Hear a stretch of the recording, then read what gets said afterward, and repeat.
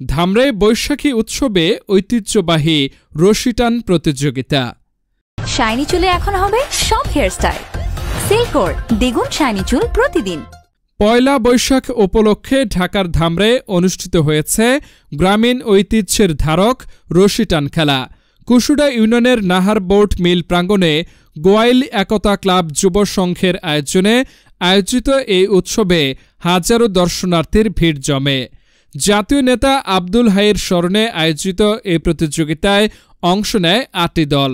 তীব্র প্রতিদ্বন্দ্বিতাপূর্ণ খেলায় বিজয়ী হয় মক্কা মদিনা দল, যারা পুরস্কার হিসেবে পায় একটি মহিষ। রানার্স আপ চকপাড়া একাদশ পায় একটি গরু এবং তৃতীয় স্থান অধিকারী দলকে পুরস্কৃত করা হয় একটি ছাগল দিয়ে। খেলোয়াড়দের মতে রশি টান কেবল একটি খেলা নয়, এটি মনের আনন্দ ও পারস্পরিক সম্প্রীতির প্রতীক। তারা চান এই ঐতিহ্যের খেলাকে ধরে রাখতে নিয়মিতভাবে এর আয়োজন করা হোক। আয়োজকরাও জানিয়েছেন ভবিষ্যতে আরও বৃহৎ পরিসরে এই আয়োজন অব্যাহত থাকবে।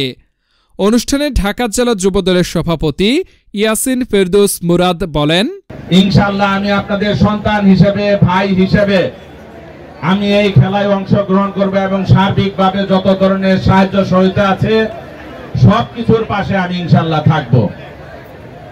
আমি আজকে খুবই আনন্দিত।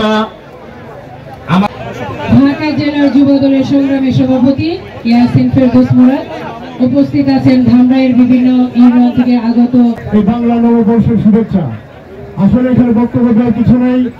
আজকে এই আব্দুল হাই স্মরণে আমরা যে রশি টানটা উদযাপন করতে পেরেছি, এর জন্য আল্লাহ তাআলার কাছে শুকরিয়া জ্ঞাপন করছি।